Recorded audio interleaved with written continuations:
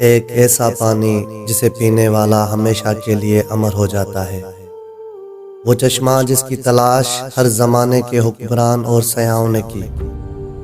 آخر وہ چشمہ کہاں ہے اور اس پانی کو تاریخ کی کس ہستی نے پیا تھا؟ یہ جاننے کے لیے ویڈیو میں آخر تک ہمارے ساتھ رہیں۔ میری آپ تمام دوستوں سے گزارش ہے، ویڈیو اچھی لگے تو لائک کرنا مت بھولیں۔ آپ کا ایک لائک ہمارا حوصلہ بڑھاتا ہے۔ خواتین و حضرات، قدیم زمانے سے ہی محققین اور سیاحوں کا یہ ماننا تھا کہ زمین کے کہیں کسی مقام پر ایک ایسا چشمہ بھی موجود ہے جس کے پانی میں سبھی بیماریوں کو ٹھیک کرنے کے ساتھ ساتھ جسم کو امر بنانے کی قوت بھی موجود ہے۔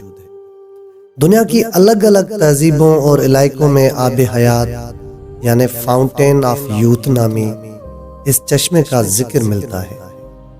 آب حیات کی معنی آب بقا یا وہ امرت ہے جس کے متعلق یہ خاصیت بیان کی جاتی ہے کہ جو اسے پیے گا یا غسل کرے گا اسے کبھی موت نہ آئے گی اور وہ شخص ہمیشہ جوان اور زندہ رہے گا۔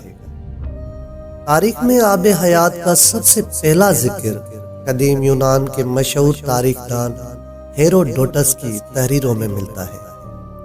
ہیروڈوٹس نے اپنی کتاب ہسٹوریا میں افریقہ میں آباد ایک قدیم قبیلے کا ذکر کیا ہے جنہیں میکروبین کہا جاتا تھا۔ یہ نہایتی طاقتور، جوان اور خوبصورت لوگ تھے جن کی عمر کم سے کم 120 سال تک ہوتی تھی، اس باوجود بھی وہ جوان دکھتے تھے۔ ہیروڈوٹس کے مطابق میکروبین سہارا ریگستان اور افریقہ کے شمالی علاقوں میں آباد تھے۔ میکروبین کی سرزمین پر ایک خاص قسم کا چشمہ بہتا تھا اور اس چشمے کا پانی ہی ان لوگوں کی لمبی عمر کا راز تھا۔ آب حیات کا ذکر اسلامی کتابوں میں بھی موجود ہے اور اس کے متعلق کئی روایات نقل کی گئی ہیں۔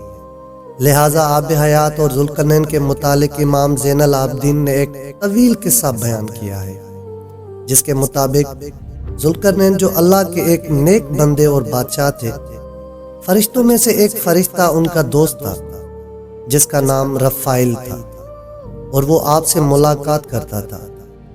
ایک دفعہ حضرت ذوالقرنین نے رفائل سے کہا کہ آپ آسمانوں میں اپنی عبادت کی کیفیت کو بتائیں۔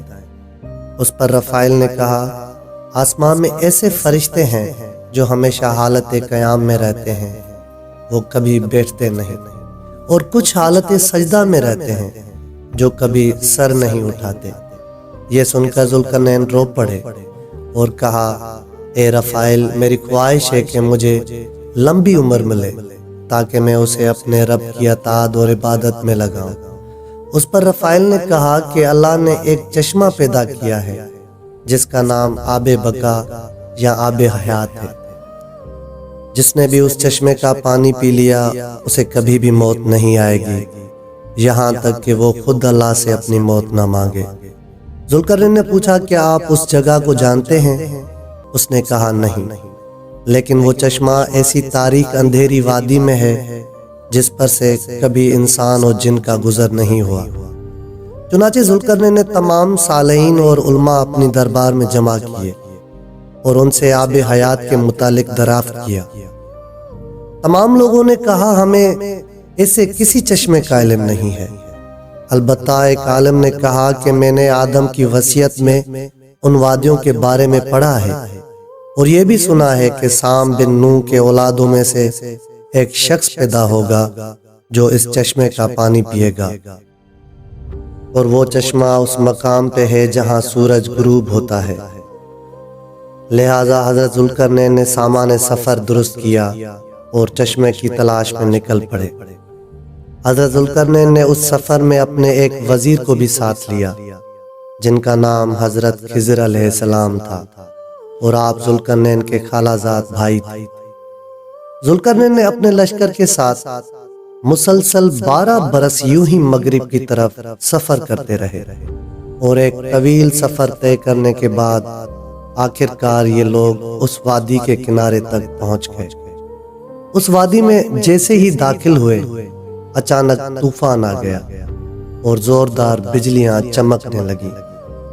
ذوالقرنین کا لشکر بکھر گیا، اور جب طوفان تھما تو حضرت ذوالقرنین دائنی طرف جا پہنچے، جبکہ خضر علیہ السلام بائیں جانب چلے گئے۔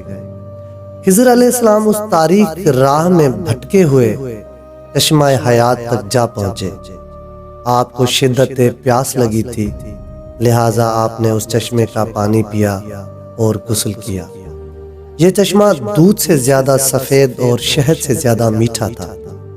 وہیں ذوالقرنین ان تاریک وادیوں سے گزر کر باہر نکل گئے، لیکن انہیں وہ چشمہ نہیں ملا، کیونکہ آب حیات ذوالقرنین کے مقدر میں نہیں تھا، جبکہ اس پانی کو پینے کی وجہ سے حضرت خضر علیہ السلام کو حیات جاویدانی حاصل ہوئی، اور آپ ہمیشہ زندہ رہیں گے۔